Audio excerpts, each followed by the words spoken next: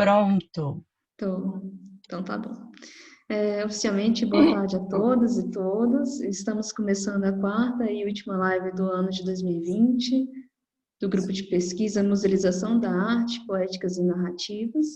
Eu me chamo Juliana Caetano, eu sou doutoranda no programa de pós-graduação em artes da Universidade Federal de Minas Gerais, na linha de preservação do patrimônio cultural, e eu serei a mediadora do nosso encontro hoje. Também estão presentes na moderação dessa transmissão minhas colegas professora Ana Paula da Silva, professora Fernanda Werneck, professor Emerson Dionísio, e aproveito para agradecer principalmente aos três pelo foco dessa iniciativa e do grupo de pesquisa em geral por esses encontros esse ano. Antes de começarmos, eu gostaria de avisar para quem, enfim, quiser receber notícias sobre o grupo e nossas próximas lives e os eventos que ocorrerem em 2021, é só se inscrever no link que vai estar disponível agora no chat para vocês. Hoje nós vamos conversar sobre musealização da arte contemporânea e como ela repercute principalmente dentro do campo da conservação, ou seja, começar a lida com obras que trabalham com a efemeridade, com a imaterialidade, na poética desses trabalhos, ou seja, como fazer com que esses trabalhos continuem sendo reapresentados ou reexibidos, e principalmente também qual o impacto que algumas atualizações ou reexibições desses trabalhos têm com relação à sua preservação.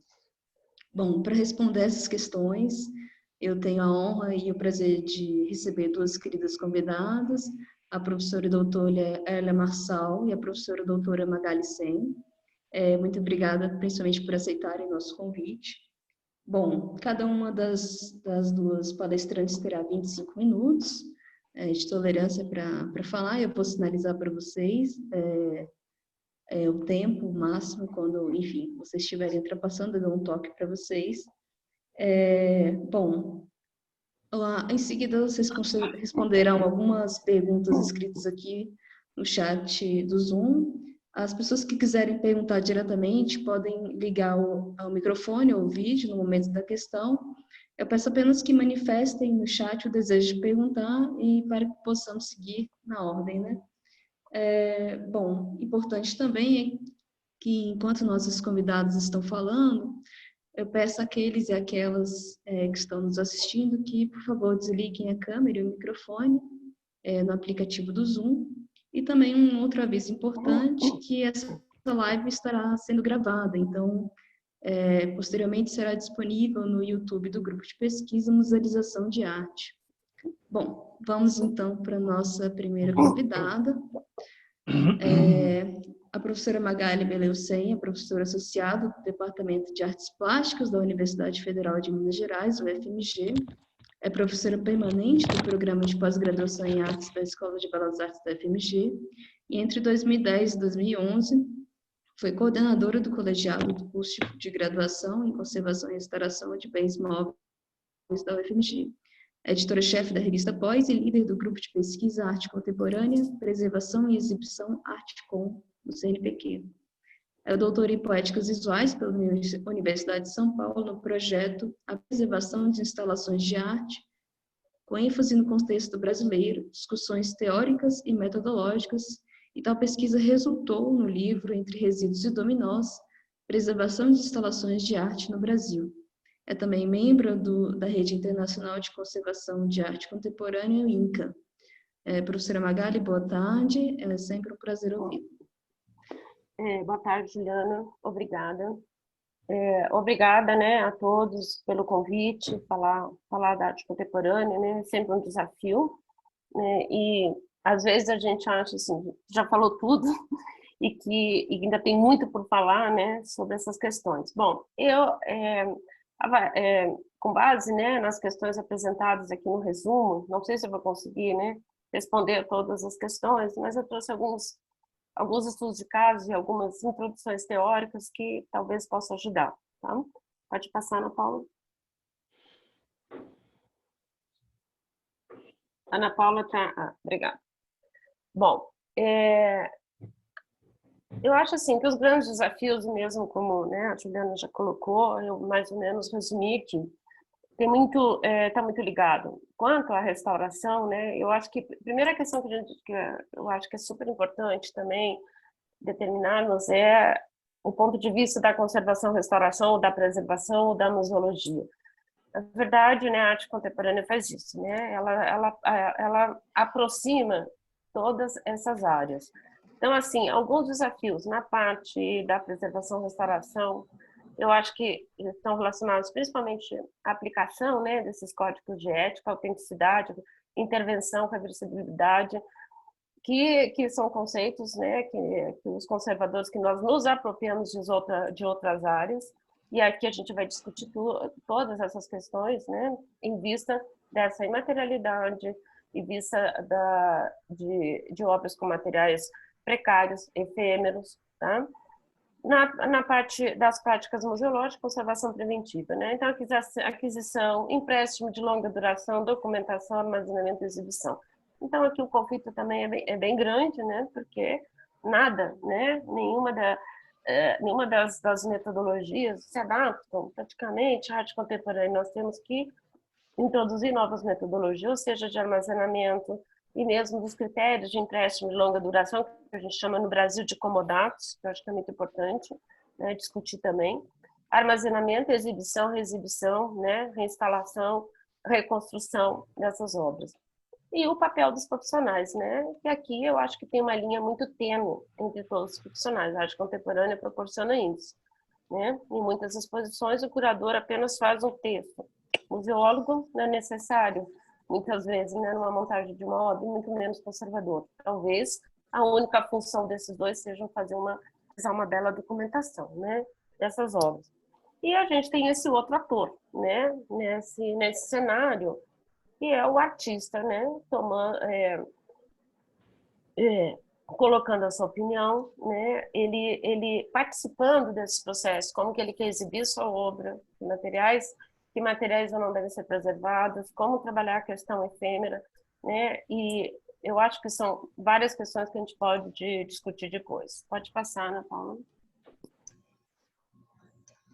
Bom, e alguns dilemas, tá, que ela aponta para gente, principalmente a reexibição, que eu acho que é a questão maior, né, da arte contemporânea, principalmente nas instalações de arte, é essa questão do reexibir, né? Como que nós vamos reexibir essas obras, né? Preservando conceitos, ou seja, da forma histórica, né? Valorizando, né, esse conceito original ou como um testemunho. Bom, aí uma das questões, eu acho que tem, né, uma questão bastante interessante, né, que a Steng coloca. Os materiais podem não ser mais disponíveis, né, ou a tecnologia obsoleta para a recriação do trabalho, e aí se aplica muito, né, às obras de time-based media, e além, né, principalmente, e também até uma recriação de algumas performances também. O próprio trabalho da arte, ela pode não existir mais ou nunca ter sido materializada, exceto no papel. E isso nós temos vários artistas que são várias obras que elas estão, e até os museus possuem alguns projetos que nunca foram materializados, né? O artista pode estar vivo e desejar reconceber o trabalho. Bom, isso é uma questão mesmo, e eu vou mostrar um exemplo claro disso, né? Quando ele é chamado para fazer ou dar opinião sobre a preservação ou conservação, ele tem esse intuito de talvez realizar uma atualização de materiais e mesmo, né, relacionado a um outro contexto, o que não é permitido na arte tradicional, tá? O conservador ser chamado para repor materiais, encontrar soluções criativas para preservar os materiais efêmeros. Realmente, né, a criatividade dos conservadores tem sido muito grande na arte contemporânea, tá? Como trabalhar isso? E a questão efêmera, principalmente a reposição de materiais, ela é um aspecto muito complexo, né, para o museu, né? Implica muitas vezes um custo para o museu, né? E também o que, né? Aí é o que, como, né? Quando, né? Em muitos casos, uma instalação é uma proposta para um espaço em particular, é possivelmente um momento particular na história. E sem esse contexto, o trabalho pode tornar vazio o significado de substância. E aí nós acho que se encaixa nessa questão os trabalhos de site específico, né? está relacionado ao contexto. E aí a gente vai discutir essas questões, né, relacionadas a esse contexto, inclusive a autenticidade, o que pode mudar ou não. Pode passar. Então, e aqui, né, são outras questões minhas, né? O artista pode propor novos elementos para incorporar a uma obra anterior, né, que não estavam previstos, né? O artista pode propor uma nova instalação para dialogar com uma obra anterior também. Então, ele pode montar uma obra, né? Ele pode ter uma obra e daí ele fez uma outra versão, ou parecida com aquela, ele pode incorporar como sendo uma outra, né? Ou como uma atualização, tá? Aqui nós também temos uma redução da autonomia da conservação restaurador com a preservação, que antigamente realmente, né, são outras pessoas que entram neste debate, né, curador, o artista, museólogo, assistentes, né, ou quem seja, quem possa dar uma informação, né, crucial, né, para a preservação.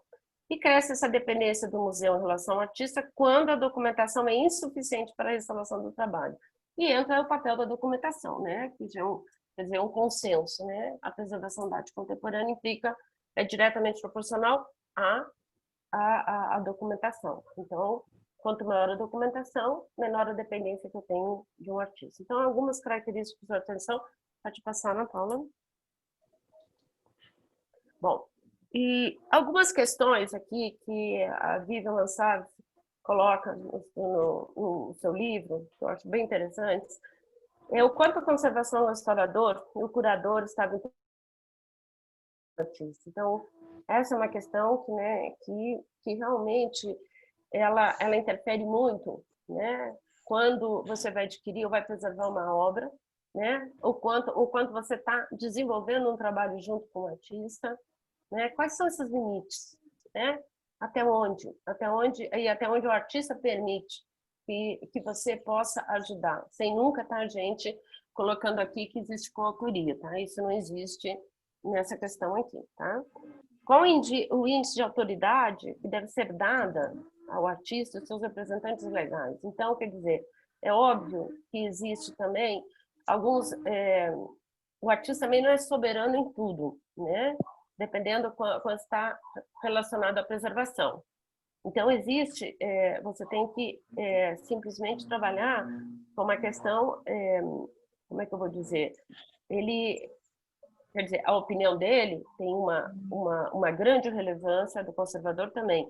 Então, é uma negociação, praticamente, né, que você começa a trabalhar, tá? Por quê? Porque você não pode ter como é que eu vou dizer, esse índice de autoridade, tá? Isso depende, né, do estudo de caso. Oi? Estão me ouvindo? Estão me ouvindo? Oi? Estou te ouvindo. Então, está me ouvindo? Ah, tá bom. Porque estava uma interferência. Aí, tá? E qual o papel do artista na vida da obra, tá? Pode passar, Ana Paula. Bom, continuando isso, eu acho que nós temos dos aspectos que sempre, assim, que proporcionam essa discussão são os momentos que você tem que fazer uma reposição de materiais. Na hora que você tem que fazer uma reinstalação, ou uma reativação no caso de uma performance, que a reativação está muito ligada à participação do público, né, essa interferência. Quando você tem que fazer uma reconstrução ou uma recriação, tá? Então, aí eu acho que são essas questões que nós ainda não conseguimos, às vezes, nem mais ou menos saber, né, definir se uma obra, eu estou fazendo uma reconstrução, estou fazendo uma recriação, o que eu estou fazendo, tá? Bom, e pode passar, Ana Paula. Aqui eu tenho, por exemplo, tá? Isso aqui está no meu livro, mas eu acho que o Genilson, essa obra, o Aqui Entre Nós, do Genilson Soares, ela ilustra muito bem essa questão, né, da atualização de materiais. E o impasse que é para o museu, muitas vezes, tá bom? Então, por exemplo, O Aqui Entre Nós foi uma obra que teve um prêmio aquisição, né, no MAN em 1965, no Panorama. Depois, ele teve, em 2008, teve o Panorama dos Panoramas no MAN também, e aí chamaram, né, na verdade, o Genilson para fazer a restauração, ajudar a opinião, porque tinha alguns materiais que não estavam muito bons. Bom, o que aconteceu?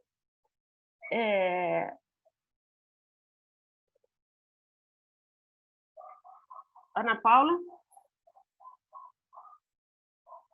Não, volta atrás, é que eu estou recebendo uma mensagem aqui, começar meu vídeo. Tá tudo certo? Desculpe. Só um minuto, Magali, deu um problema aqui, deixa eu só voltar, só um minutinho. Tá, eu vi que... Deixa eu fazer tudo de novo, porque deu um probleminha aqui, só um minuto.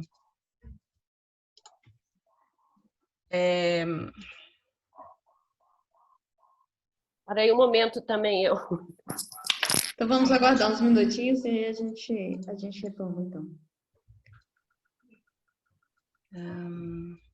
Deu um probleminha aqui na minha exibição. Pronto, agora a gente vai voltar, gente. Desculpa.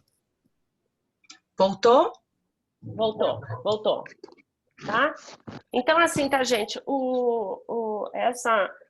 Então, por exemplo, essa primeira obra, voltando, tá? Eu vou repetir. Essa primeira obra de Nilson, então, ele montou essa obra no MAN em 1975, tá? E o Genilson era um artista da década de 60, bastante, né? Ele trabalha com a questão da perspectiva, né? Ele tinha um coletivo com Nidhi Okamura.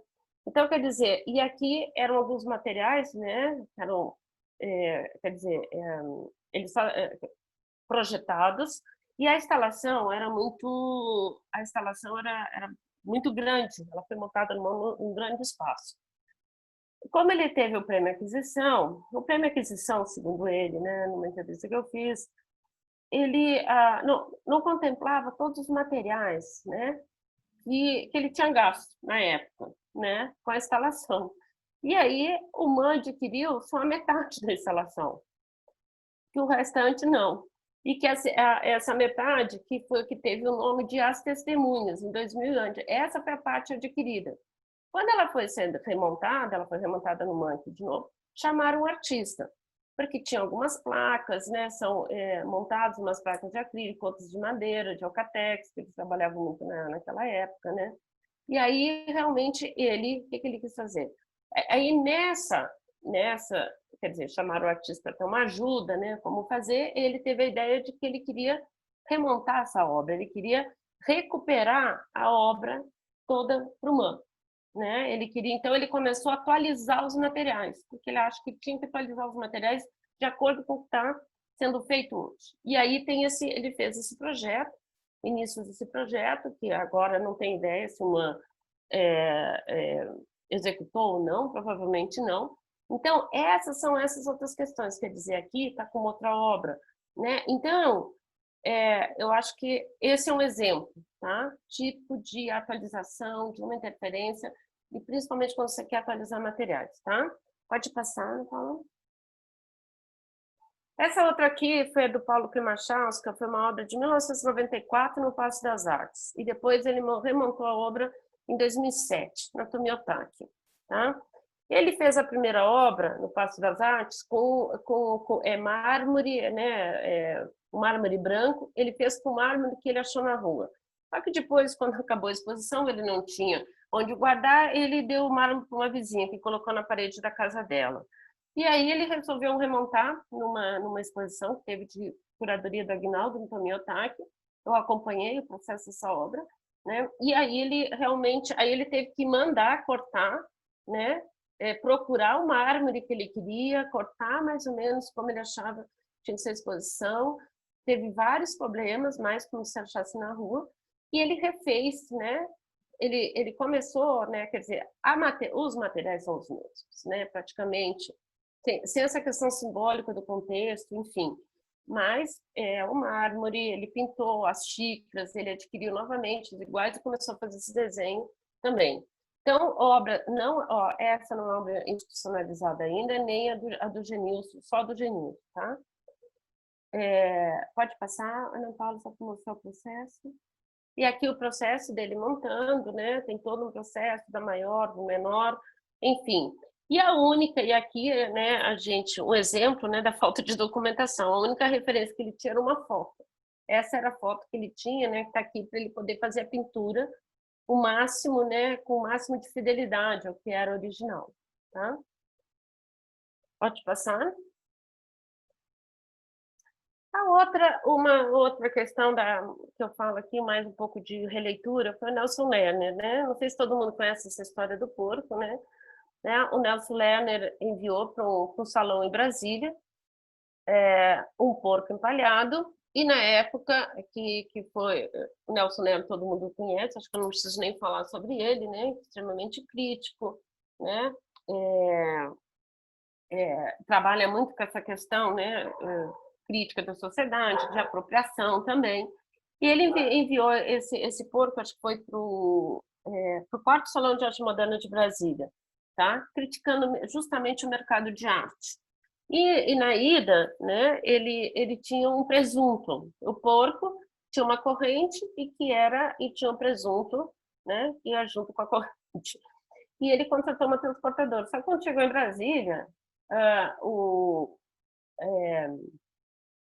a perna, né, o porco, simplesmente, quer dizer, o presunto, o pessoal da transportadora tinha comido presunto. Isso foi uma entrevista que ele falou para os alunos, uma palestra, né? E aí tinham comido o presunto no caminho. Bom, e aí realmente ele não esperava, foi aquela crítica, e depois o resultado, né? O resultado, na verdade, de toda a polêmica era que realmente era a obra de verdade. E o porco foi adquirido, né? Ele estava realmente criticando o salão, como que um porco, enfim. Bom, esse é da Pinacoteca, né? Está na Pinacoteca do Estado de São Paulo. E aí, no Itaú, em 2009, teve uma exposição Matéria e Forma, e várias obras, né? Ele fez uma releitura. Então, aquele presunto que não existe mais, ele fez de poliuretano, fez o engradado também e adquiriu, né, quer dizer, uma nova obra que seria, né, incorporada, ou eu não sei como que o pessoal fez a catalogação no museu. Então, uma certa releitura dessa própria obra, tá? Quer dizer, claro que aqui nós temos um poliuretano, é muito, né, é outro tipo de material, não é mais, né, o presunto, né, o presunto, claro que no museu você nunca iria conseguir, teria que estar repondo, né, um presunto. E aí ele fez essa nova versão, tá bom? Então isso que a gente chama, né, claro, que é uma questão muito mais até de curatorial, né, como que ela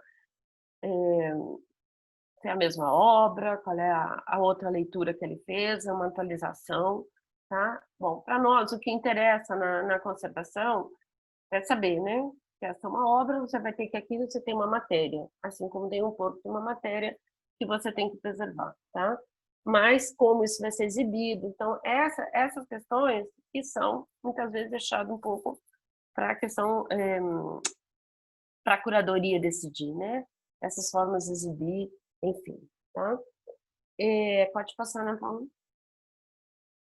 Bom, e a documentação, que é algo, né, da gente, que os projetos Inside Installation, INCA e todos, né, os que vieram e os que estão acontecendo no momento, eu acho que são, assim, são as principais contribuições que nós temos nessa área, né, da arte contemporânea, que até então não tínhamos quase nada, né, metodologias, tecnologias, seja para todos, né, os materiais. Então, a documentação, ela está sempre diretamente relacionada, né, essa complexidade técnica e conceitual de uma obra, né, com informações secundárias, com principalmente o registro, né, da intencionalidade artística, né, intencionalidade artística no quanto à preservação, não sem entrar naquele debate da história da arte, tá? E como, né, depois armazenar, gerenciar e deixar acessível essa informação, porque ela não existe documentação sem acessibilidade, né, para, claro, determinados grupos. E os registros de aspectos tangíveis e intangíveis, que principalmente nós não tínhamos, né, quase nada na arte tradicional, como técnicas, materiais, som, luz, aroma, dimensões, né, movimento, né? Então, isso tudo, né, eu acho que é a contribuição maior desses projetos, que eu acho que, né, a maioria das pessoas já conhece também. Pode passar, então. E eu acho que da preservação, eu acho que realmente nós temos, assim, dentro desse amplo espectro da arte contemporânea, é uma discussão em torno da questão da autenticidade, né? E essa historiadora alemã, Nicole Etz, que a Vivian Mossada apresenta em seu livro, né, eu, assim, quer dizer, acho bastante relevante quando ela fala, né, que eu acho que sobre as formas de fidelidade, né, em relação à autenticidade. Fidelidade à autenticidade material, fidelidade à autenticidade conceitual prevalecendo a intenção do artista, fidelidade ao contexto e à autenticidade funcional, e a fidelidade à autenticidade histórica. Então, muitas vezes, assim, eu acho que isso a gente pode, né, transpor essas questões. Muitas vezes, quando você fala de autêntico em relação a quê? Né? Questão do material ao conceito. Então, ao conceito, o material não importa. A funcionalidade, então, não interessa a funcionalidade. Então, a quê? E ao contexto, né? Então, eu acho que eu gosto muito desses, mas eu gosto muito desses conceitos e tem outros, né? Tem outros autores que acham que a autenticidade está ligada à questão material. Bom, enfim, é uma discussão muito grande, não vou aumentar aqui, eu acho que é uma outra discussão, né? Mas a gente pode, nas perguntas, talvez, discutir essa questão. Pode passar? Bom, e eu acho que por último, assim, também é outra, que é a outra historiadora, Cornélio Weyer, e que ela apresenta uma teoria relacional para poder direcionar um pouco essas ações, né? Então, assim, teorias relacionais proporcionam uma liberdade de ação. Se um trabalho dura mais que um curto período de tempo, as regras de restauração ficam subordinadas à intenção artística. A reivindicação social do trabalho, durabilidade, reversibilidade e intervenção mínima tornam-se menos significativas como princípios para a restauração. Isso não significa que quaisquer medidas ou regras para o trabalho possam ser tomadas. Em vez disso, é necessário o afastamento das técnicas e vínculos materiais para que se tenha uma preocupação com alto nível de habilidade para avaliar o impacto do trabalho. Pode-se dizer com certa segurança que toda intervenção feita nas grandes restaurações e instalações de arte exige uma apreciação estética do trabalho e disposição para envolver-se com suas idiosincrasias, possivelmente enigmáticas. Bom, eu acho que é isso, eu acabo com isso, né? Acabo com essa citação, tá? E um pouco, pode passar, Ana Paula, um pouco da bibliografia, que eu acho que para quem está iniciando aqui, ou para quem né, ainda não está familiarizado com a arte contemporânea totalmente, né, o projeto INCA, eu acho que é onde tem todas as referências, tá?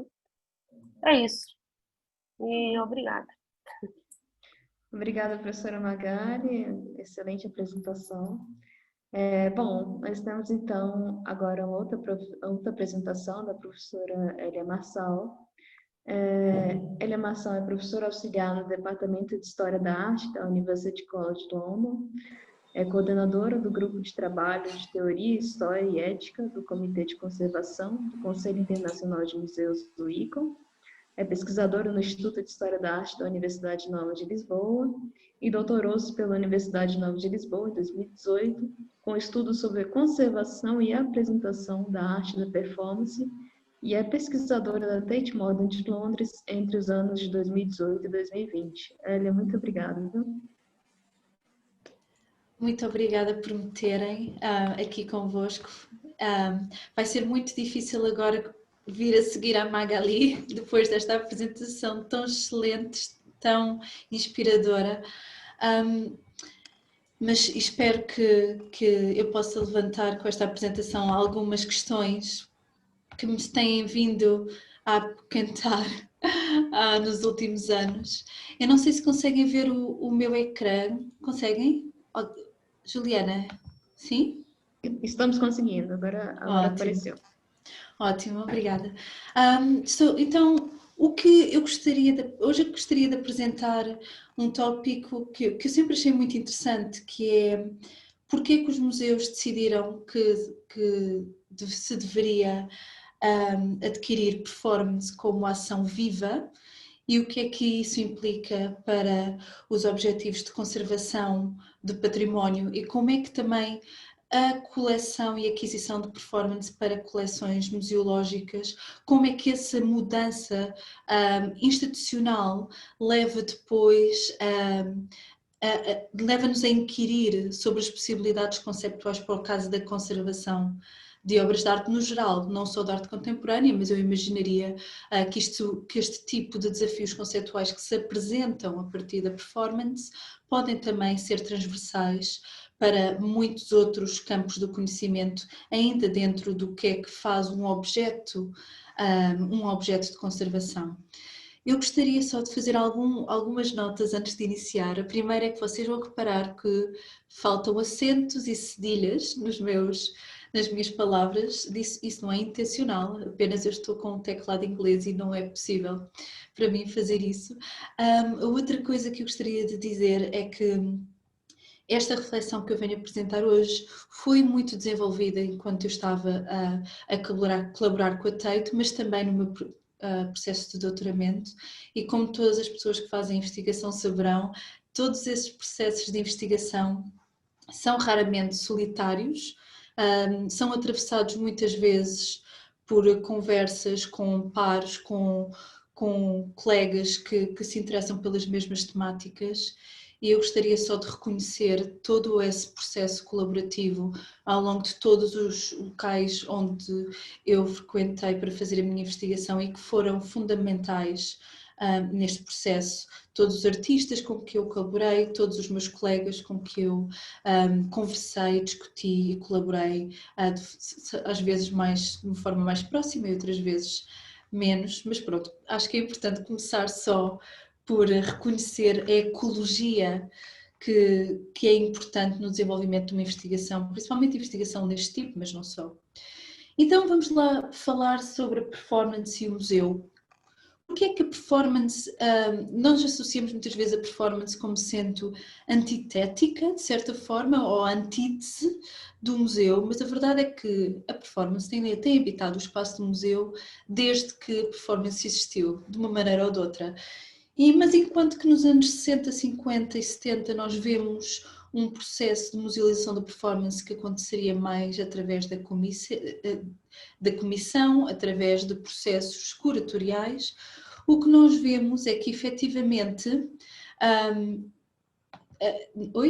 este vídeo não está a funcionar. A performance tem entrado no museu de outras formas. Por exemplo, eu queria aqui mostrar-vos um vídeo da Martha Rosler, Semiotics of the Kitchen, que faz parte da coleção do MoMA, e o que nós vemos, e também a Teresa Calonge diz-nos no livro Live Forever Collecting Alive Art, o que nós vemos é que a performance vem entrando no museu, muitas das vezes através da documentação, de produtos de efêmera, memorabilia, muitas das vezes através de uma expressão que podemos chamar performance para a câmara, que surge principalmente ali nos anos 80, mas de certa forma, quando nós dizemos que a performance apresenta um novo paradigma na aquisição e na conservação de objetos, é portanto também a contextualizar de que forma é que a performance, através de outras formas, pode ter efetivamente entrado na coleção do museu. O que nós vemos também aqui, por exemplo, nesta lista parcial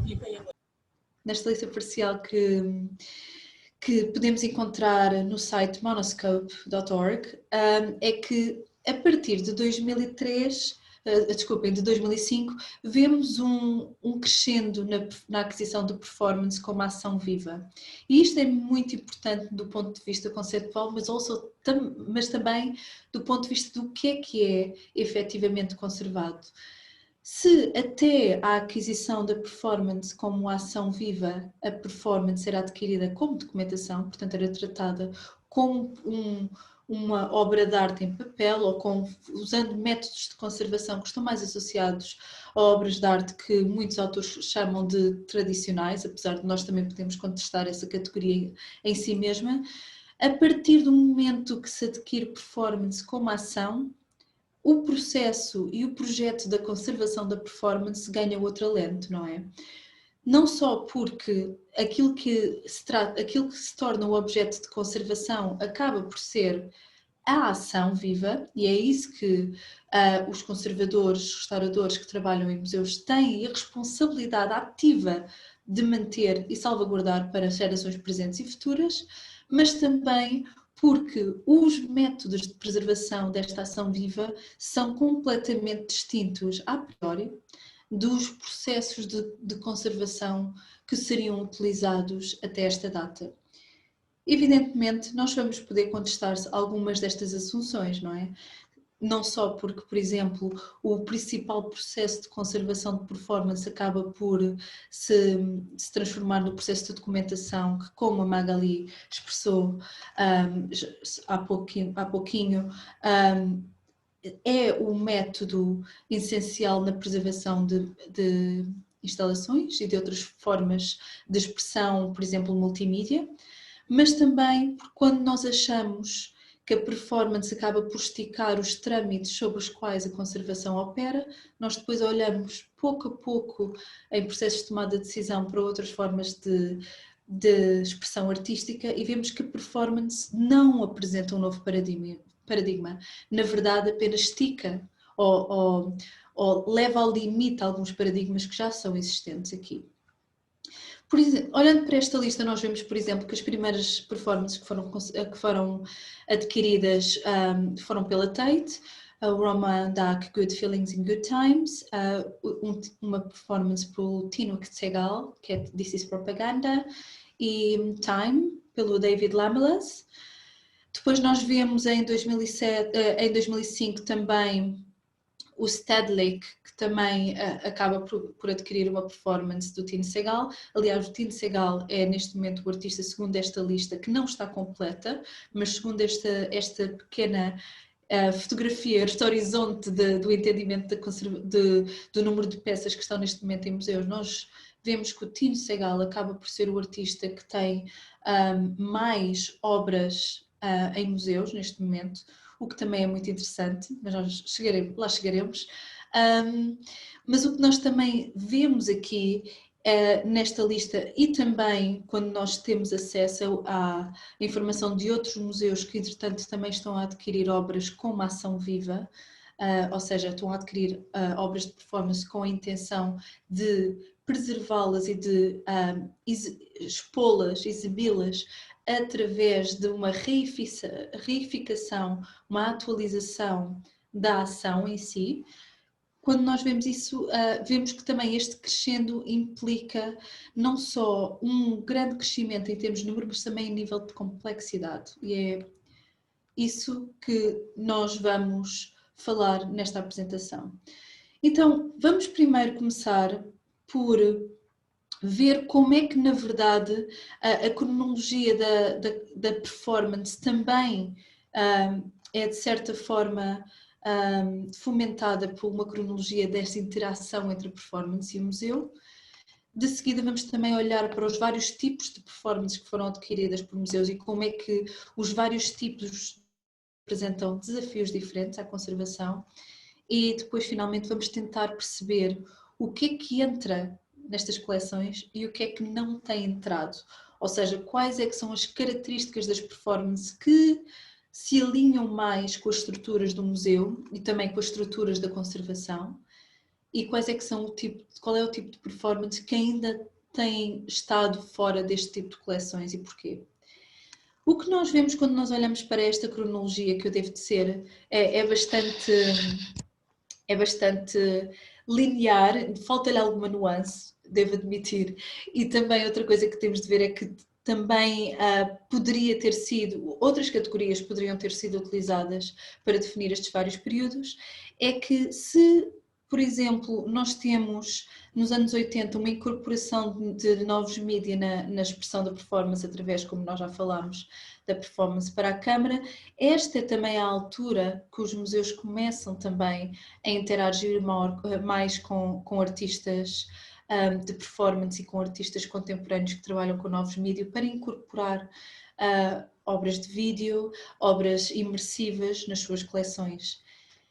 E assim que nós vemos um crescimento na institucionalização da performance, seja como aumento de obras comissariadas, aumento de exposições dedicadas à performance, é aqui também que nós vemos o surgimento de um dos géneros artísticos que a historiadora Claire Bishop determina como sendo chamado obras de arte delegadas. A grande diferença entre estas obras de arte delegadas e as obras que foram criadas entre os anos 50 e os 70 é que estas obras delegadas foram intencionalmente realizadas ou conceptualizadas para que a sua performance fosse feita por outra pessoa que não o artista.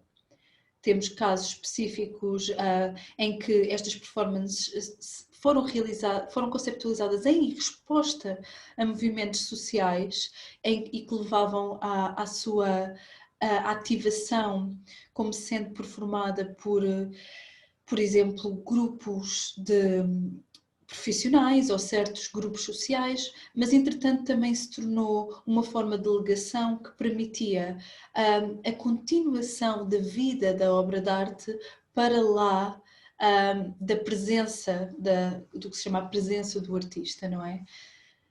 E outra coisa que é muito interessante, a partir do surgimento destas obras de arte que se denominaram de delegadas ou de delegação, é que ali no início do novo milénio nós também vemos um crescimento do número de reencenações artísticas que são realizadas no contexto do museu. Ora, por reencenação, eu só quero dizer que a razão pela qual eu estou a utilizar a palavra reencenação e não reperformance e não atualização tem a ver com a linhagem do entendimento desta palavra no âmbito dos estudos de performance. Estou neste caso especificamente a pensar nas obras da Rebecca Schneider e também do Louis van der Hengel, que falam de reenactment num contexto muito próprio e é esse o contexto que eu gostaria de ecoar neste caso específico. Mas vamos então falar um bocadinho mais sobre estes dois conceitos que eu considero, e eu estou a argumentar hoje aqui com vocês, que são fundamentais para entender porque é que algumas obras de arte são vistas como objetos de conservação e outras obras de arte simplesmente não entram nestas operações, nestes centros de cálculo, como diz o Bruno Latour, que nós podemos considerar como sendo museus. Vamos começar então por falar um bocadinho sobre esta delegação e depois sobre a ideia de reencenação. Então, se nós começarmos pela reencenação, nós podemos, por exemplo, pegar a Ana Marina Abramovic, que fez diversos reencenações artísticas em 2005 no Guggenheim com uma peça chamada Seven Easy Pieces e depois em 2010 faz The Artist is Present no MoMA, que também incluiu uma série de reencenações de obras históricas da artista e foi muito interessante se nós olharmos para os dois casos e podemos falar nisso talvez noutro contexto com mais detalhe. Isto aqui dava quase, eu diria que isto dava para ser 2 horas da apresentação só para falar da comparação de todos os processos de reencenação que se observaram num caso e no outro. Mas para sumariar, o que nós temos é, no caso da Seven Easy Pieces, a Marina Abramovic faz a reencenação de 6 obras de arte que ela considera serem fundamentais na história da performance. Nestas inclui obras do Joseph Beuys, do Vita Conchi, Bruce Nauman, dela própria também, Gina Payne. Valley Export, e neste processo de fazer a reencenação, ela altera ligeiramente, segundo ela, ou altera até substancialmente algumas destas performances, porque ela, mais que não seja porque ela esticou a temporalidade destas performances para serem performadas durante 7 horas ao longo de 7 dias consecutivos. Ela finaliza este ciclo com uma performance em nome próprio, chamada, se não me engano, Entering the Other Side. Já em 2010, Marina Abramovic desenvolve todo um processo de introspeção e meditação e também de mediação e delegação do seu próprio corpo para outros performers que vão atualizar ou reencenar as suas obras de arte no Museum of Modern Art em Nova York, enquanto ela está a fazer esta performance que faz parte da prática dela, uma performance extremamente exigente fisicamente, que atravessa os 3 meses de exposição num ato que, como ela chama, de manter o que ela chama um mutual gaze.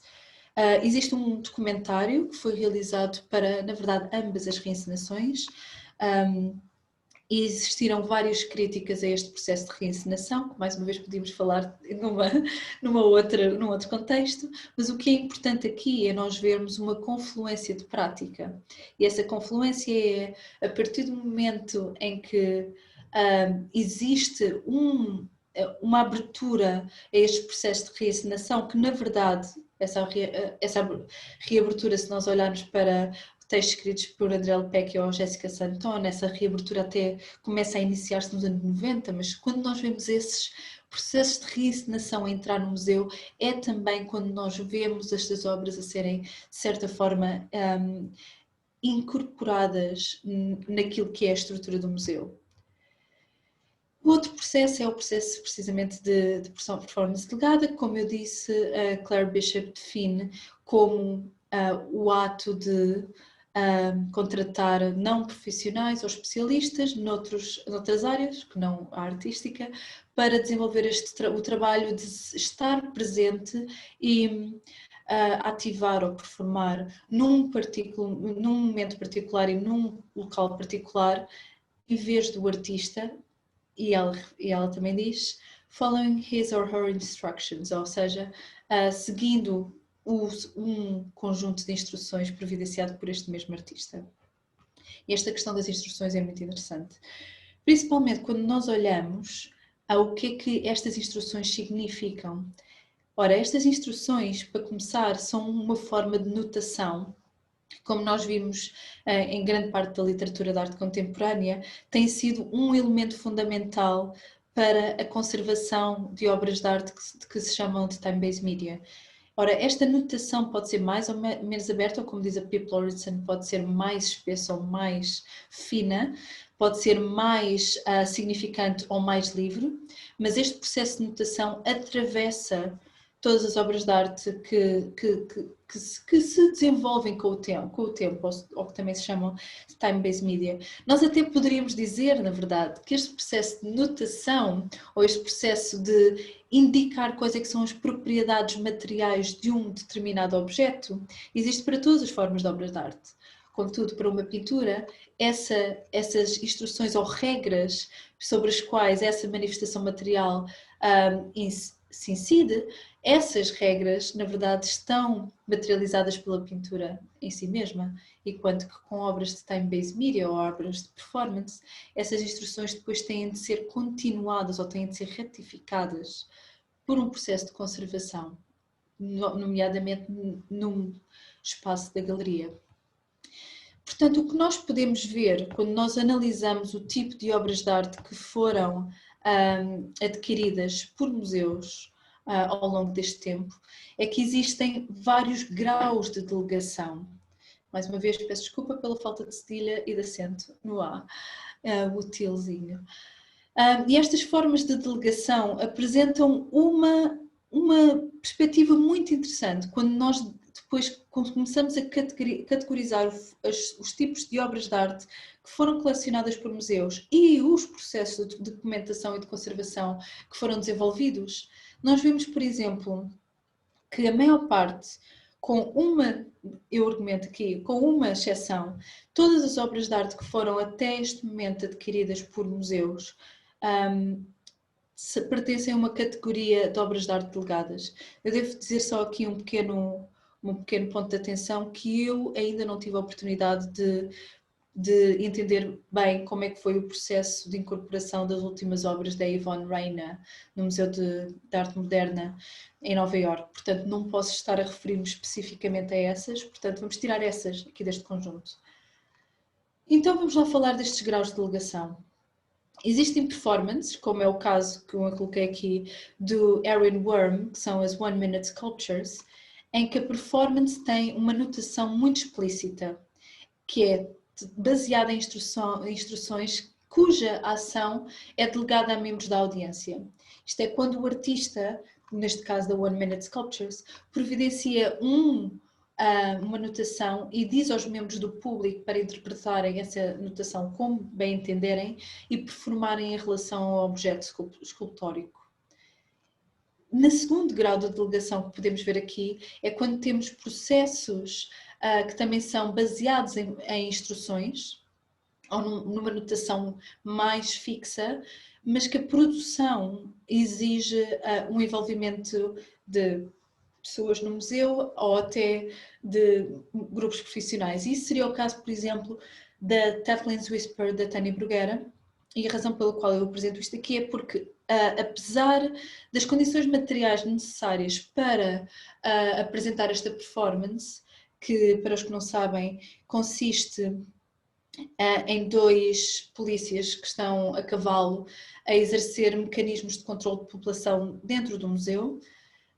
Para esta performance acontecer, existem uma série de condições que nós temos de ter a certeza que existem, mas a performance em si é delegada aos polícias que estão em cima dos cavalos.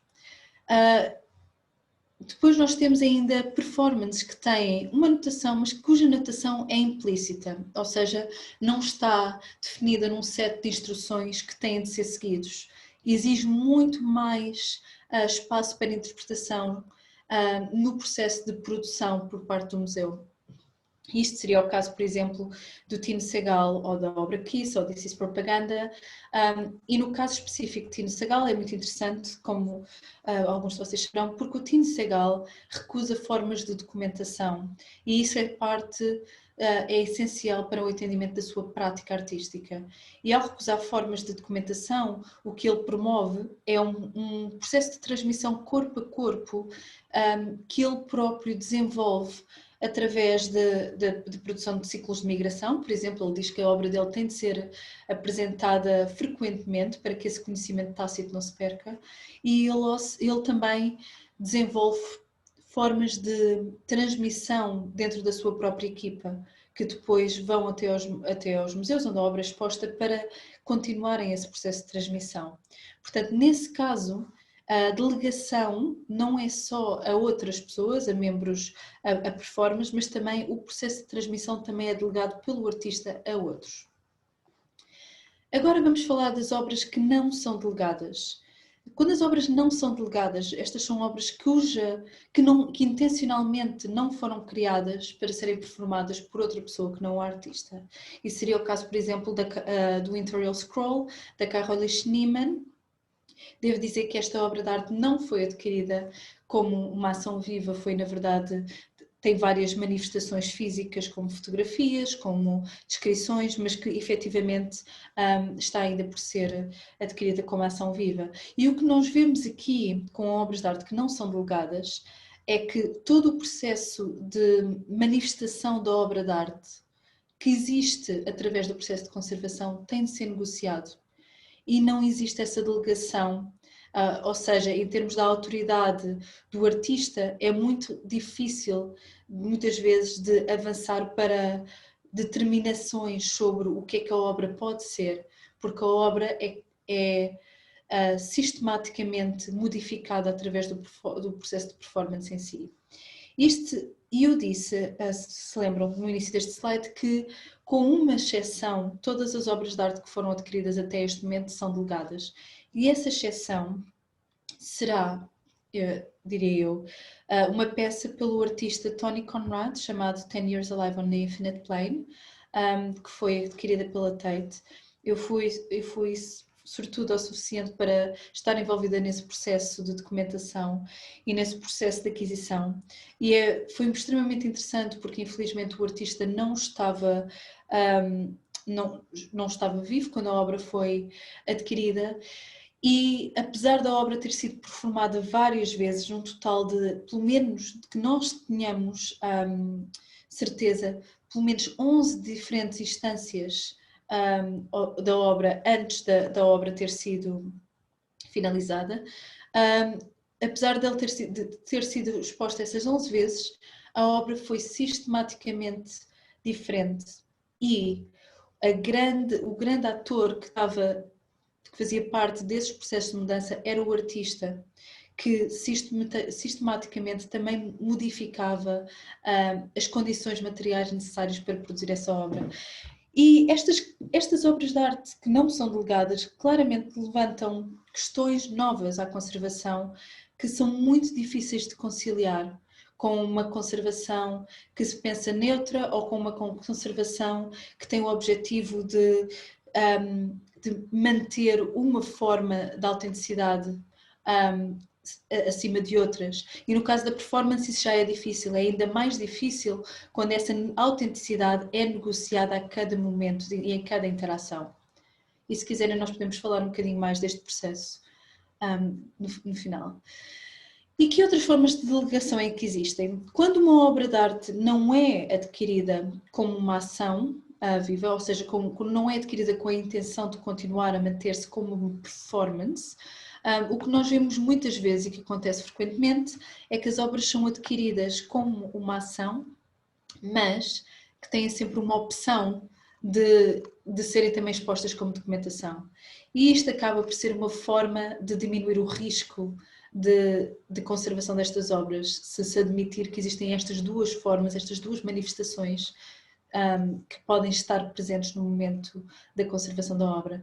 E outra coisa seria, evidentemente, quando a própria autoria é delegada a outra pessoa, e nós vemos isso noutros casos, em que, por exemplo, eu lembro-me muito de um exemplo que a minha orientadora de doutoramento, Rita Macedo, costumava dizer, que é da Shushan Kinoshita, que, como parte do seu processo de preservação, criou esta figura das madrinhas, que ela treinava para poderem ser as tutoras do futuro destas obras. Portanto, dessa forma, existe uma forma de delegação que é um bocadinho mais explícita. Portanto, quando nós olhamos para formas de conservação de performance, por exemplo, esta aqui é a estratégia que é utilizada neste momento pela Tate e que foi desenvolvida pelo Departamento de Conservação de Time-Based Media e que eu também, de forma muito sortuda, também tive a oportunidade de contribuir. Estas ferramentas de documentação de performance são, evidentemente, vão sempre permutando, modificando-se à medida que novas formas, novos tipos de performance vão entrando na coleção.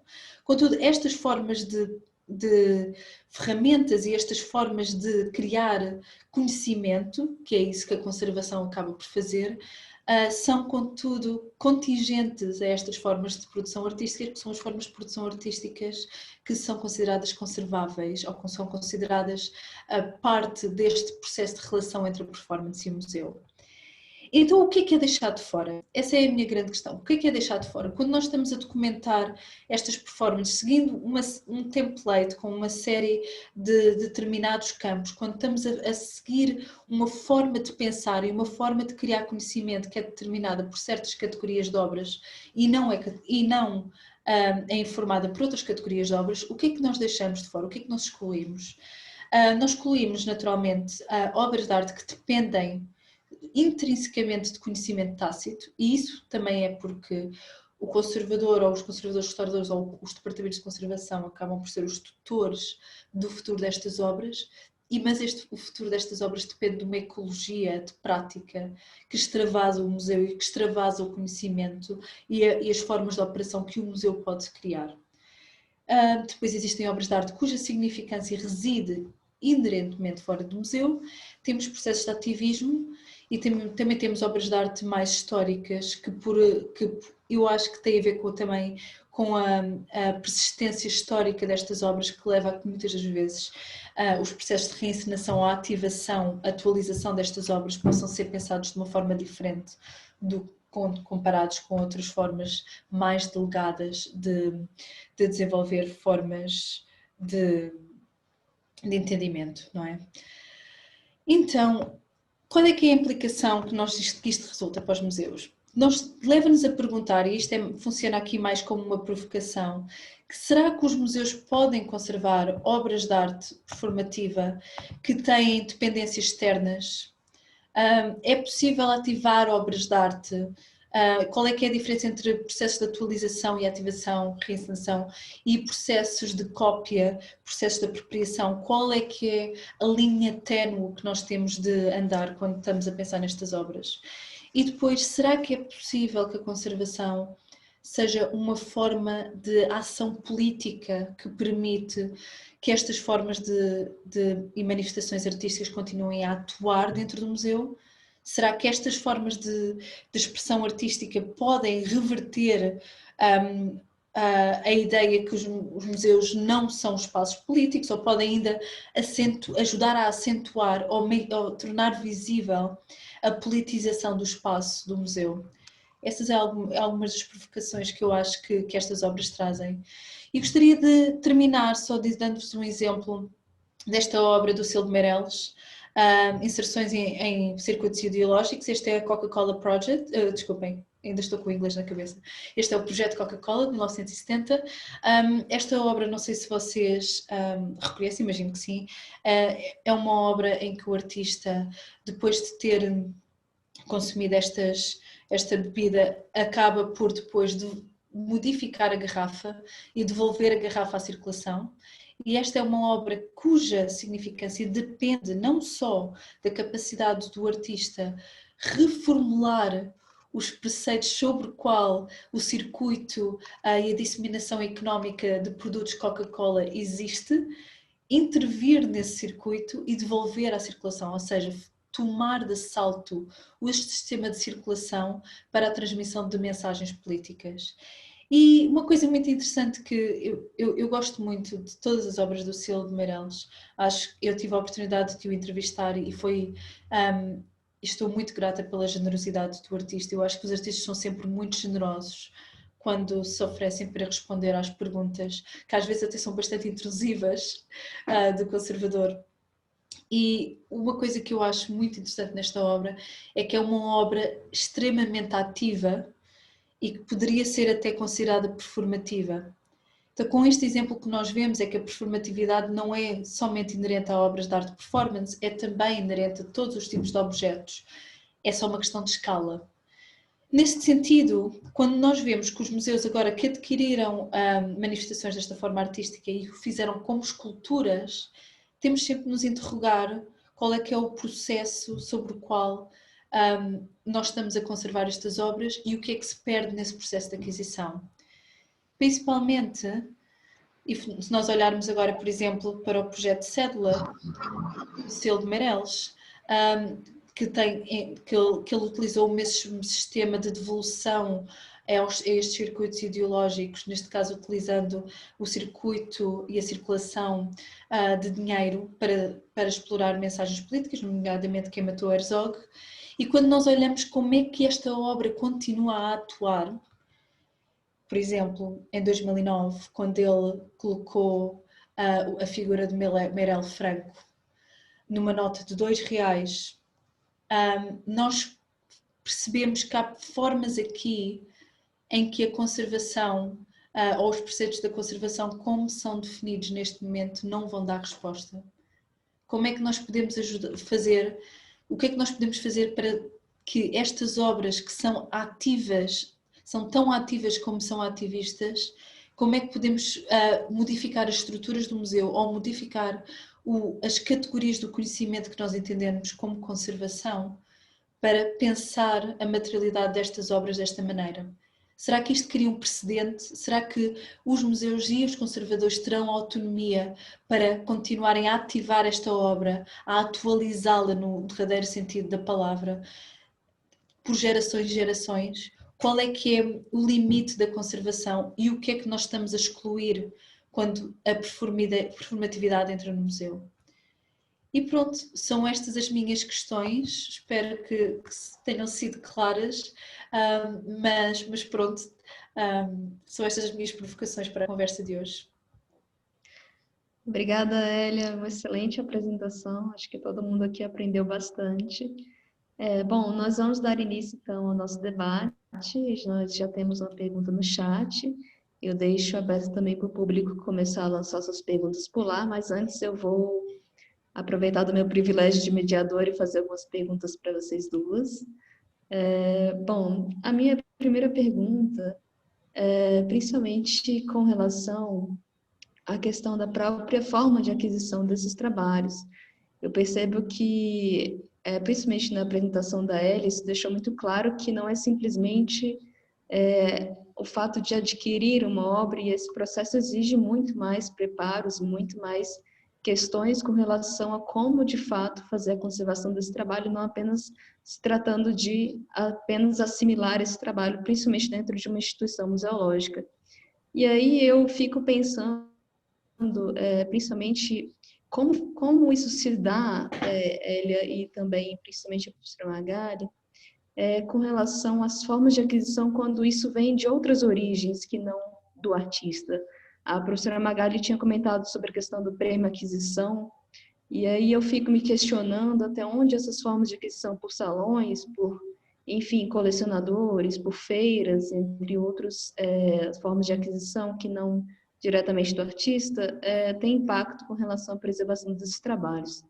E a minha segunda questão, eu deixo talvez um pouco mais aberta, não sei se isso vai ser realmente uma resposta pontual, mas qual principalmente o impacto que essas atualizações, né, as formas como a gente também compreende a conservação delas dentro desse cenário, porque uma vez que a gente entende que há uma atualização desses trabalhos a cada reapresentação, onde está o limiar entre o que a gente entende por atualização e quando a gente entende por, enfim, reexibição do trabalho ou até reelaboração da obra, enfim, ou da outra obra.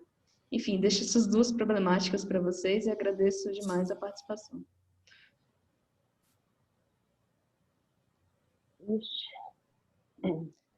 Hélia, você? Não, eu ia dizer, Magali, eu acho que tens que começar tu. Nossa, Juliana, obrigada. Hélia, excelente apresentação, parabéns. E acho que trouxe algumas questões bem interessantes. Gostei muito os graus de delegação, acho que dá para aplicar em outras questões. Nossa, Juliana, foram muitas questões ali, né? Deixa eu ver por onde eu vou começar. Bom, aquisição, eu acho que eu vou falar sobre a questão da aquisição das origens, tá? Eu acho assim, na verdade, os nossos museus, eles não compram, né, obras como a Tate, né, Brasil. As aquisições, elas são provenientes ou de salão, geralmente, né, de salões dos artistas, famílias dos artistas. E esses programas de prêmio aquisição, eles foram muito importantes no Brasil, principalmente, e a gente, como tem, por exemplo, Belo Horizonte, a gente tem, não sei se ainda tem, Bolsa Pampulha, né? São as residências dos artistas que as obras são adquiridas, tá? Então, quer dizer, nessa questão, quer dizer, as obras são adquiridas, elas procedem desses lugares, e quando são compradas. O que diferencia ou não né, da conservação, eu acho bem complicado, quer dizer, acho que o maior problema é a origem. Por exemplo, quer dizer, se vem de um artista, se tem uma diferença de vir do artista direto para o museu, muito bem, a gente tem a possibilidade, né, por exemplo, de obter essas informações diretamente junto com os artistas nesse momento, né? Então, por exemplo, eu posso ter um histórico da obra muito maior, do ponto de vista da conservação da documentação. Quando uma obra vai para uma galeria, da galeria ela vai para o museu, muita informação pode ser perdida, e principalmente, né, quem trabalha, bom, no caso de uma performance, então não se fala, mas um time-based media, por exemplo, né? Então, eu acho que a forma de aquisição sempre é um processo que é feito por curadores, por conselhos de museu. Muitas vezes, raramente, acho que agora, né, já estão incluindo os conservadores também, porque você tem que, na verdade, não dar apenas um parecer, né? Eles pedem, às vezes, um parecer. A Tate mesmo, né, acho que a Elia pode falar, aquelas formas de aquisição da Tate, que tem uma avaliação da pré-aquisição, da aquisição, da pós-aquisição, é na Tate que tem, né, uns formulários assim, né? Então, quer dizer, realmente é uma avaliação de que você faz, principalmente para essas obras de time-based media, quer dizer, se você não me dá informação, né? Aliás, eu acho que a Tate nem adquire se não tem uma entrevista do artista, né? Se não tem, quer dizer assim, uma formalização de que todas essas informações serão passadas. Acho que ninguém mais adquire nenhuma obra de time-based media que não possa realmente cuidar. Então, assim, eu não sei, Juliana, fiquei meio confusa com tantas perguntas, mas, assim, não sei se é isso. Eu só acho que nós temos que cuidar na perda da informação, porque adquirir uma obra de arte contemporânea, seja ela performance, ou uma obra, né, que tenha, como a Elia falou, que é uma questão de escala, né, a performatividade é uma questão de escala, né, e eu acho que existe, né, em muitas obras, você realmente não é só materialidade, além da materialidade, quer dizer, a obra antiga você depende, quer dizer, você pode fazer uma análise científica e às vezes até descobrir tudo, que está tudo certo, né? Eu não preciso do artista, mas não no caso da arte contemporânea. Então, eu acho que a aquisição é o momento mais importante, né? Na hora, né, onde tem que estar conservador, museólogo, tem que estar todo mundo, né? E não é só com muitas instituições, dá um parecer se isso pode ou não pode, não é assim. Né? Eu acho que é uma conversa, uma negociação mesmo. E ver essa origem. Eu acho que para mim o mais importante é acompanhar. Aliás, né, tem uma pergunta, quer dizer, a gente pode se questionar onde começa a documentação. Começa com o artista, às vezes até ele fazendo a obra, né? Então, aí que é complicado. Eu acho que o maior problema é a perda da informação. Quando ela chega no museu, ela já tem histórico. E que você não acompanhou e às vezes você não consegue resgatar esse trabalho. Isso, para mim, acho que é o maior problema. Não sei se é uma das questões, não sei se eu respondi. Não, respondeu muito bem, eu aprendi muito, na verdade. Só eu queria perguntar a questão das atualizações, professora. A pergunta com relação às atualizações, até onde também é possível a gente entender que há uma mutação, uma performatividade do trabalho, e até onde a gente está desvirtuando, entendendo que, na verdade, prejudica a conservação do trabalho, até onde esse é o limite. Juliana, eu acho assim, é muito difícil, né, a gente saber o limite, porque cada caso é realmente um caso aí. Eu não consigo, quer dizer, não dá para a gente ter assim, ó, tanto que eu tentei apresentar ali alguma coisa diferente, faz tempo que eu tento às vezes, né, fazer uma classificação, assim como a Elia, ela fez uma classificação muito boa quanto às performances, né, mas é muito difícil a gente colocar cada coisa numa caixinha, né, eu tentar ver isso dessa forma, né, então eu acho assim, que, por exemplo, em determinada obra, o que pode ser, né? Porque numa obra mesmo, você pode ter atualização de um material, outro material você pode, uma mesma instalação, você tem que recriar, né? E nessa instalação também pode ter uma performance junto, né? Então, quer dizer, que aí são outros termos, né? Que a Elia falou, então quer dizer que eu posso, como é que é? Ativar, né? São outros termos. Então, quer dizer, claro que eu acho até que essas nomenclaturas são importantes. No projeto Site Installation, eles fizeram um glossário, né? Um glossário que pode ser acessado por todos, né? Então, esse glossário até tenta, né? Que eles pegam definições de vários profissionais, a Claire Bishop, mas é difícil. Eu acho que é muito difícil a gente colocar cada coisa numa caixinha. E eu sei que a documentação precisa isso, a documentação museológica, quando é um banco de dados, você precisa definir certos campos, não é isso?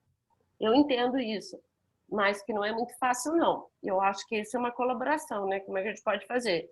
Porque eu já vi trabalhos que teve de tudo, né? E um trabalho que teve a manutenção, o outro que precisava ficar dissecado, e o outro que você precisava substituir. Então, eu falava, poxa, mas o que é uma coisa, o que é a outra? Eu tento, mas eu não consigo colocar, Não sei tá se... respondido. Tá respondido. A Elia, então. Sim, eu só quero dizer que as condições materiais que são necessárias para que uma obra de arte performativa, que não é necessariamente só performance, atenção, mais uma vez, é esta performatividade que pode existir em muitos outros mídia, e também não só time-based media. Há muitas esculturas que eu vejo com performatividade evidente, portanto é muito difícil para mim não ver performance como nós falámos no espectro, não é? Mas quando nós abordamos esta performatividade, a primeira coisa que eu, com o meu chapéu de conservadora, penso é quais é que são as condições materiais que que precisam de existir para que esta obra continue a existir. O que é que tem de existir? Quais é que são as condições materiais mínimas que nós precisamos ter para que esta obra continue a poder existir na sua performatividade? Isto significa que as condições mínimas serão... esta pergunta ajuda-me muito a entender quais é que são os fatores que nós temos de ter em consideração quando vamos reencenar ou ativar esta obra. E eu concordo que estes termos muitas vezes não são úteis se nós não os questionarmos, mas eu acho que também o processo de pensar porque é que nós estamos a usar um determinado termo em vez de outro ajuda-nos muito também a repensar estas categorias que nós estipulamos no nosso processo de conhecimento, não é?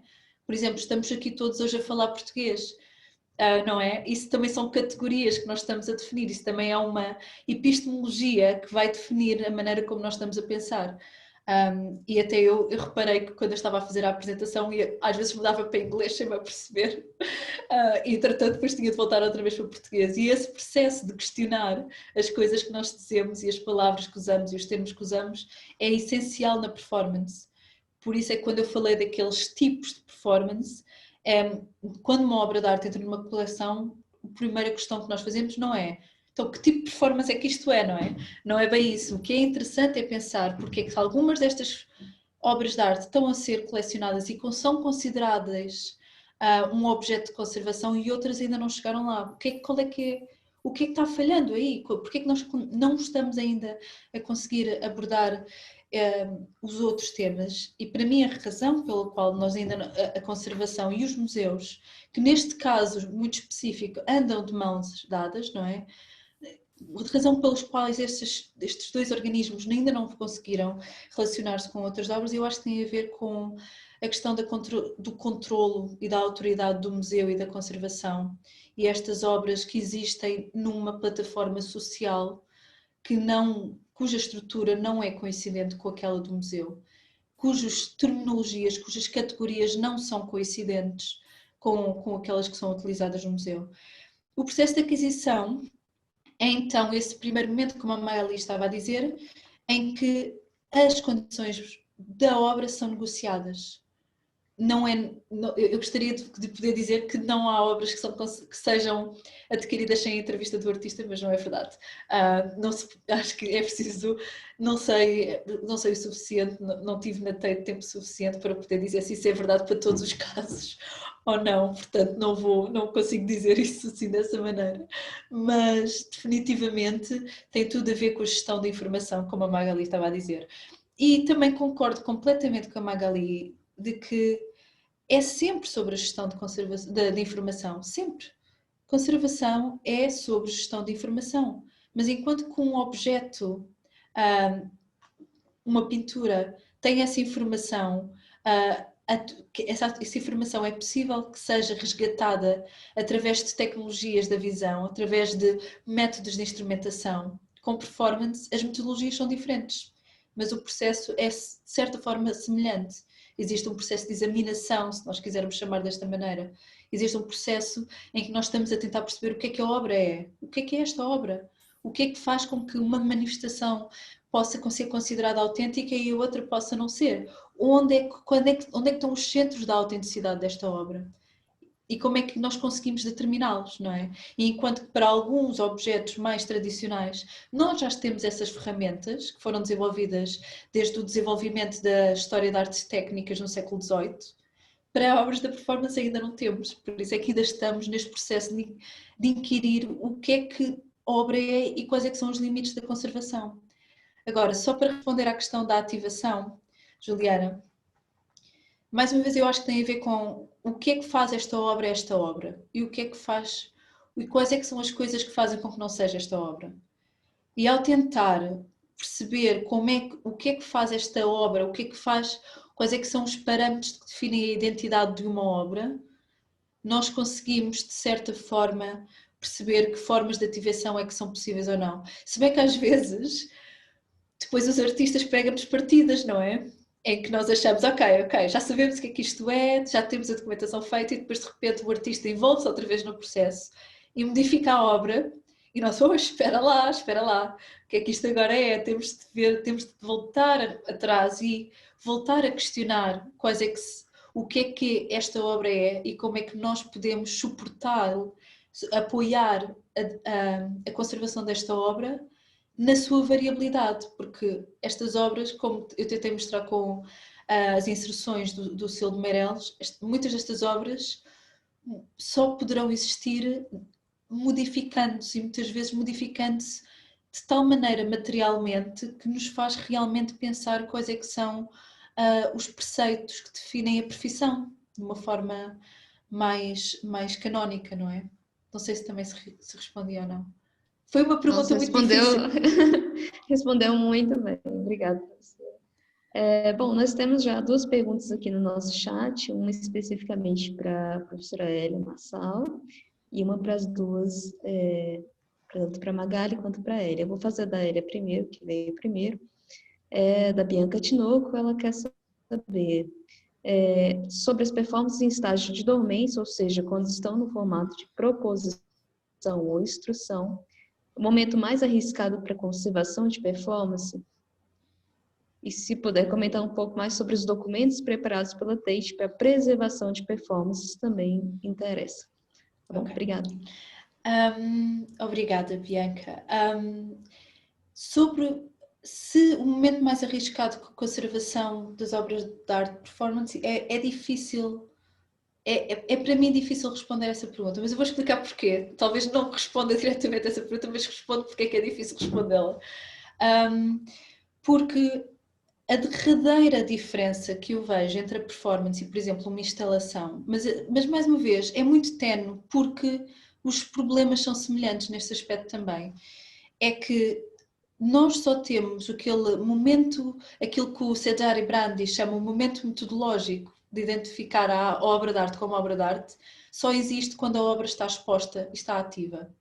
É a mesma coisa que a instalação em reservas significa que às vezes há coisas que nem sequer estão no mesmo edifício ou na mesma sala, está completamente desmembrada. Então o momento metodológico da conservação só existe no momento da exposição. E por isso é que há alguns académicos e alguns investigadores que até dizem que o papel do conservador da arte contemporânea é um híbrido entre o curador e o conservador, porque existe uma ação direta não só no processo de expor uma obra de arte, mas também entender esse objeto que está exposto como o objeto da conservação. Portanto, nesse aspecto, eu não acho que seja possível de determinar qual é que é o momento mais arriscado para a preservação de uma obra de arte de performance, porque todas as grandes ações que se desenvolvem para tentar mapear como é que a obra muda e o que é que a obra é, estão dependentes desse momento de exposição. Não é possível fazer quando a obra está dormente, está num estágio em que não está instalado e não está disponível para nós vermos e experienciarmos. Portanto, nesse aspecto, apesar de nós podermos fazer muito trabalho com entrevistas ao artista, aos colaboradores do artista, investigação em arquivo, todo esse processo fica, de certa forma, também dormente até o momento que a obra de arte é ativa. E aí é quando nós vamos rever todo o conhecimento que nós achamos que desenvolvemos. Aí é que nós vamos perceber se as nossas teorias, se as nossas hipóteses se tornam tese, não é? Aí é que nós vamos tentar perceber, ok, o que é que nós temos de modificar nas coisas que nós entendemos. Portanto, é um bocadinho mais integrado do que isso. Eu acho que é difícil separar por essas duas fases. E em relação aos documentos da Tate, o projeto em que eu tive envolvida em 2 projetos quando estive na Tate. Um deles é o Reshaping the Collectible, When Artworks Live in the Museum.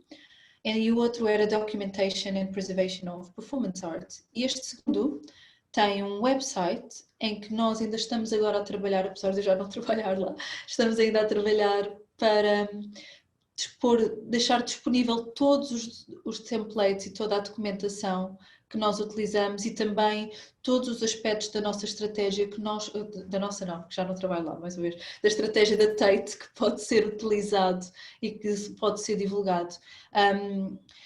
Eu e os meus colegas estamos ainda a trabalhar, mas estamos à espera de conseguir pôr isso disponível assim que possível. A pandemia atrasou muitas coisas, inclusivamente essa. Obrigada, Elia. Bom, agora uma pergunta para as duas professoras, que vem da Ana Paula. Qual é o papel da conservação em relação à documentação mudar a obra, em termos de alteração, atualização, autenticidade, originalidade, intenção do artista, levando em consideração o tempo da obra e o tempo que foi adquirido? Quem quer começar primeiro pode ser a professora Magali. Eu acho que é a Elia. Eu acabei de falar, Magali, eu acho que tens de ser tu. Na verdade, a documentação, pode repetir? Para ver se eu entendi a pergunta. Qual o papel da conservação em relação à documentação mudar a obra? Ou seja, em termos de alteração, atualização, autenticidade, originalidade, intenção do artista e levando em consideração o tempo da obra e o tempo que foi adquirido. Olha, eu acho que a mudança da obra, a conservação, ela tem que realmente, quando a gente fala em conservação e preservação, na verdade você está tentando preservar o quê? Tanto os aspectos, se eu tiver que preservar os aspectos materiais para preservar o conceito da obra. Então, o próprio conservar, ele não pode alterar conceito nem significados, né? Nem intencionalidade artística. Então, a conservação, ela não muda a obra, ela não pode mudar. No momento que ela mudar, eu acho que você não tá fazendo conservação, né? Eu não sei se é esse o básico, né, do que eu estou falando, né? Bom, e aí eu acho que outras questões, por exemplo, eu tenho que considerar, quer dizer, até que ponto se eu posso mudar ou um material, ou mudar algum aspecto material da obra para preservar o quê? O conceito da obra. Então, tudo bem, eu posso, quer dizer, se uma obra só tem significado a partir, né, com a funcionalidade dela, é claro que eu tenho que fazer a reparação, né, de um equipamento ou algo, né, para que essa obra possa existir, né? A mesma coisa, ou seja, principalmente em time-based media, né, essas que necessitam, né, de outros meios tecnológicos, ela tem que existir, tá? Não me importa o motor, mas importa que ela possa existir, que eu possa preservar a sua aparência, que eu possa preservar a funcionalidade, ou aspectos estéticos, aspectos históricos, né? Eu acho que é isso, falando assim de uma forma, né, muito resumida. Então, a conservação não é a mudança, talvez, né? Esse foi nesse sentido que ela pergunta, que foi a pergunta. Bom, ela vai responder se atendeu no chat, mas vamos passar para ela, então. Eu concordo com o que a Magali disse, em tudo exceto numa coisa, que é, apesar de não ser o papel da conservação mudar a obra, quando nós estamos a desenvolver documentação, é inevitável que nós, no processo de descrever como é que uma obra de performance funciona, nós estamos a descrever usando aparatos, como as nossas palavras, que estão embebidos inevitavelmente com uma determinada noção do que é que a obra é. O que significa que, apesar de não ser o papel da conservação mudar a obra, a conservação, por outro lado, é a gestão da mudança da obra, não é? É tentar perceber como é que a obra pode mudar se a mudança fizer parte da sua identidade. Apesar de ser esse o caso, como a manifestação física da obra é dependente da maneira como nós a descrevermos, eu acho que esse processo de intervenção nas obras de performance Infelizmente ou não, é inevitável. Eu acho que isso é uma das coisas que é muito difícil de nós conseguirmos gerir nesse aspecto. Portanto, na verdade, até acho que concordo totalmente com o que a Magali disse, porque foi mais ou menos isso que foi dito. Mas, por exemplo, uma das coisas que eu introduzi na documentação no meu doutoramento, mas não está na documentação da Tate, foi um campo que eu chamei a documentação da perda. E foi inspirado muito com uma colega minha que ela fez uma tese sobre uma curadora em Portugal nos anos 80, o nome dela é Ana Bigode Vieira, e ela escreveu esta tese e disse que esta foi considerada uma curadoria da perda, e eu achei que a expressão era super feliz. Então pensei, na verdade, nós também temos de fazer uma documentação da perda, que é a documentação de todos os processos que nós ou não nos foi possível documentar, ou que a nossa posição no processo de investigação e no processo de definição de que a obra é, pode levar a uma visão enviesada, porque é inevitável. E isso são só as coisas que nós temos noção que estamos a excluir, porque imaginemos tudo aquilo que não sabemos, não é? Hélia, posso falar? Pode, claro. Eu acho super que é bastante delicada na performance, por exemplo, é justamente o que você vê, né? Ela dá muita margem para interpretação, né? Muito subjetiva, né? Só fazer uma descrição da performance, ela, quer dizer, aí eu acho que tem uma interferência realmente, como você falou, muito grande do conservador, tá? O que diferencia, tá, gente? Não, eu acho que em outras categorias de objetos, que existem algo que não seja tão intangível, né? Como movimento, som, tá? Bom. Sim, e depois de eu dizer que não concordava é que eu pensei, na verdade nós estamos a falar do mesmo. Mais uma vez, estamos a falar de pontos de vista diferentes, porque obviamente quando eu tenho performance na cabeça eu só penso, não, porque nós inevitavelmente mudamos a obra, mas evidentemente nós estamos a falar exatamente do mesmo.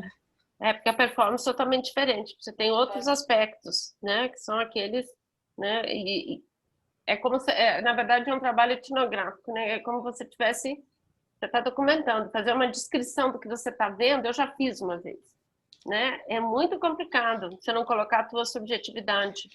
A performance realmente, aí eu acho que a pergunta, né?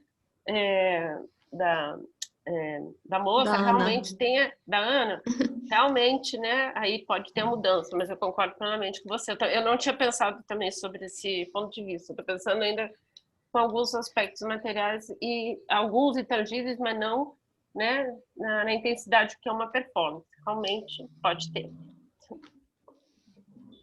Bom, eu vou seguir para a última pergunta feita aqui no chat. A Ana disse que a resposta das duas atendeu, ela agradece.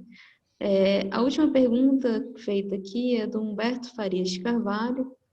Ele diz o seguinte, a pergunta dele diz respeito ao conceito de autenticidade. A impressão que ele tem é que é um conceito muito alargado, que é utilizado em diversas áreas do conhecimento, e talvez não seria o caso de pensar outro conceito que possa facilitar a compreensão? Eu acho que agora eu vou começar pela Hélia, para ser um pouco democrática. Isso, para variar.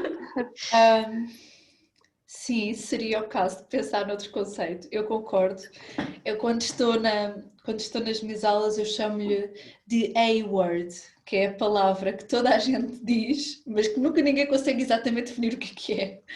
Estamos sempre aqui a falar de autenticidades, e é muito complicado de definir qual é que é, não é só o que é a autenticidade, mas também qual é o valor de estarmos sempre a pensar com esta palavra, com esta categoria de análise.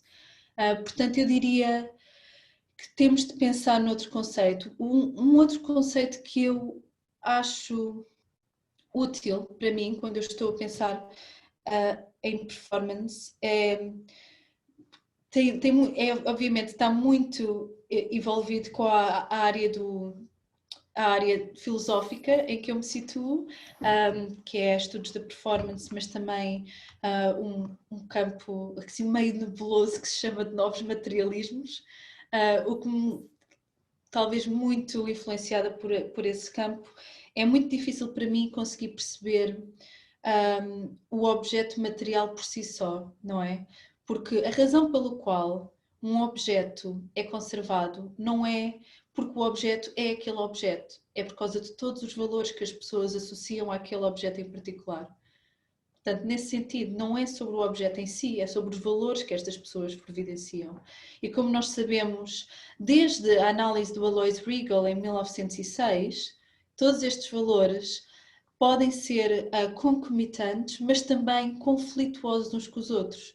E quando nós estamos a desenvolver um processo de conservação, nós estamos necessariamente a materializar alguns valores em vez de outros. Portanto, se pensarmos nisto como, quando estamos a operar num processo de conservação, se pensarmos quais é que são os valores que eu estou a tornar mais importante aqui, mais relevante aqui, quais é que são os valores que eu estou a tornar menos visível, quais é que são os valores que eu estou a apagar, eu acho que é mais interessante pensar nessa forma para podermos perceber como é que nossa intervenção ou o pensamento sobre a obra pode, na verdade, impactar a sua materialidade de uma forma mais duradoura. Porque qualquer ato de intervenção numa obra de arte implica, mais uma vez, esse momento metodológico de perceber o que é que a obra de arte é. E é o que é que esta obra de arte é para mim, neste momento, neste contexto institucional, neste contexto geográfico, temporal e, no geral, neste contexto específico. E é uma coisa tão contextual que eu acho mesmo muito complicado falar em autenticidade como se fosse uma entidade categórica, fixa e determinada a priori. Excelente, Elia. Agora vamos para a Magali, então. Eu acho que a Elia já falou, né? Concordo plenamente, mas eu acho que são esses conceitos que vêm ainda, né, da arte tradicional, né, da questão da materialidade mesmo. Então, nós estamos presos. Como nós nos apropriamos de tudo, né, a conservação se apropria de muitas de outras áreas, eu também concordo, acho que pode, né, Humberto, e talvez seja melhor mesmo ir trabalhar com as questões dos valores, realmente, né, mas tudo para preservar o quê? Então, aí vem essa palavra, conceito, originalidade, autenticidade, né? E eu acho que isso realmente é de outra área, que nós herdamos, mas eu não sei como, né? Eu acho que vai ser difícil a gente livrar desse conceito tão cedo, mas ele é complexo mesmo, concordo com você. Com a Elia também. Bom, chegou uma última pergunta aqui no chat da Fernanda Werneck. Bom, ela quer saber o seguinte: a Elia mencionou a obra Inserções e Circuitos Ideológicos, do Cildo Meirelles. Em algumas declarações, o artista utiliza o conceito de relíquia para se referir às garrafas expostas no museu, indicando que o trabalho em si se realiza na ação, na verdade, no momento em que está sendo feito. Ela gostaria de perguntar, tanto para a Elia quanto para a Magali, na impossibilidade do museu em absorver essa ação. Como vem ocorrendo com performances? Qual é o papel do conservador no processo de preservação desses trabalhos em todas as suas dimensões? Essa deve ser uma preocupação desses profissionais e, nesse caso, pensam que poderiam falar de uma atualização constante do trabalho a cada exibição da materialidade que resta? Eu acho que eu vou começar agora pela Magali. Pode ser? Olha, falta uma atualização. Olha, eu não sei. Eu acho que a questão, existem algumas obras que elas estão mais assim como um documento. A mesma coisa hoje, que ninguém questiona mais como manipular os bichos da Lydia Clark, né? Tá? Então, eles já existem ali como um documento. Eu acho que essas obras do Cildo, né, mesmo que foi a Elia, aliás, acho que ela que falou mais, eu acho que ela teria que ter começado primeiro. Eu acho que, eu não sei, o Cildo ainda está vivo, enfim, mas eu realmente, eu acho que não é uma... Eu não sei se essa categoria, quer dizer, se essa obra, para mim é o mesmo caso, né? Foi uma obra da década de 60 que marcou um período histórico, né? Aí, né, falando de autenticidade, quer dizer, a autenticidade é a história dela, né, segundo a Nicoletti. Então, quer dizer, é um registro. Hoje eu vejo como a documentação dessas obras da década de 60, que não é a única, são várias, né? Da década de 60 que a gente não consegue mais reativar e nem tentar, né, voltar a essas questões, tá? Então, para mim, o Cildo Meirelles se aplica um pouco, né, nessa questão museológica das obras, que nem da obra da Lígia Claro, que é a mesma coisa que os parangolés do Hélio Oiticica, tá? Então, assim, são obras que estão lá, né? Mas, por exemplo, você vai preservar os parangolés do Hélio Oiticica, por quê? Como documentação, e mesmo para você fazer as réplicas para serem exibidas, para serem colocadas nas exposições, que até são reativadas, né? Teve uma exposição que aliás, eu participei de uma exposição no Japão, que eles fizeram as réplicas, né? Colocaram fone de ouvido, né? Com as pessoas, com as músicas da época, enfim, tá? Mas, então, quer dizer, o original, né? Ele está lá como um documento para ele ser reproduzido, que não existia esse desenho dessas obras. Então, eu vejo essa obra do Cildo mais ou menos, né, numa questão mais histórica, né? E que elas existem como documento, quer dizer, a mesma coisa, né, que as cédulas também, né, podem existir novas, né, quer dizer, novas propostas, né, a partir. Mas eu não sei, quer dizer, uma ação, não sei. Hélia, eu acho que para mim ela está mesmo no patamar das obras dos bichos da Lígia Claro. Vamos para ela, então. Ok, então, a questão destas obras do Cildo, o que eu acho mais interessante com estas peças do Cildo é que, de facto, ele define isto como uma relíquia, como Humberto falou, que ora mesmo no chat, como um exemplo. Isto é como se fosse um index de uma ação passada, não é? Da mesma maneira, é como se fosse uma fotografia do Internal Scroll da Caroline Schneemann. É um momento naquele tempo. E isto é esse snapshot, é esse retrato de um tempo. Para mim, o que é mais interessante com esta obra é que depois o artista vem, em 2019, ativar a obra novamente. E para mim é esse processo de voltar à obra que mostra que a historicidade da obra, na verdade, é também contextual. É a obra que é histórica ou é aquela ativação da obra que é histórica? Quais é que são as possibilidades de criar novas instâncias da obra que ainda atuam na esfera pública?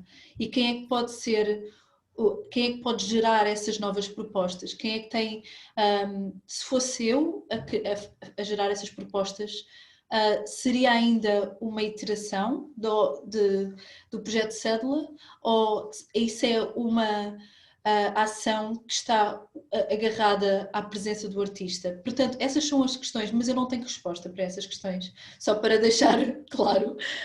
Por isso é que eu disse que achava que eram boas questões para uma provocação, porque são questões muito, muito interessantes para contextualizar até, para mim, qual é que é o papel do conservador. E nisso, voltando só à questão do Humberto, que é, qual é o papel do conservador na preservação destes trabalhos em todas as suas dimensões?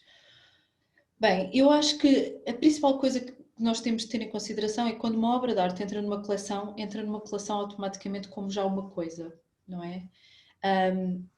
As obras de arte de performance que entram nas coleções, ou que entraram, trouxeram todos estes problemas de conservação porque foram colecionadas como performance.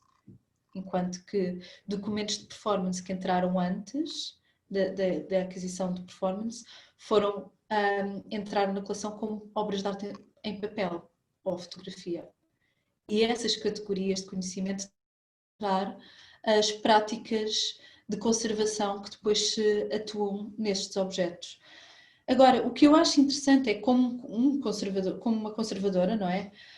É que este era o tipo de coisa que, mesmo que se a obra entrasse como um objeto escultórico, ou como uma fotografia, ou como uma nota de banco em cruzeiro ou real, mesmo que viesse nessa categoria, eu acho que faz parte do papel do conservador perceber que outras identidades da obra não estão a ser visibilizadas nesse processo. Porque todo o processo de categorização é um processo de exclusão. E ao categorizar uma coisa como uma coisa, não estamos automaticamente a eliminar a possibilidade de uma determinada coisa ser muitas outras coisas. E, na verdade, todas as obras de arte, e nós temos várias identidades que existem em nós mesmos. Nós somos uma agregação de identidades e as obras também têm várias identidades, dependendo de como olhamos para elas também.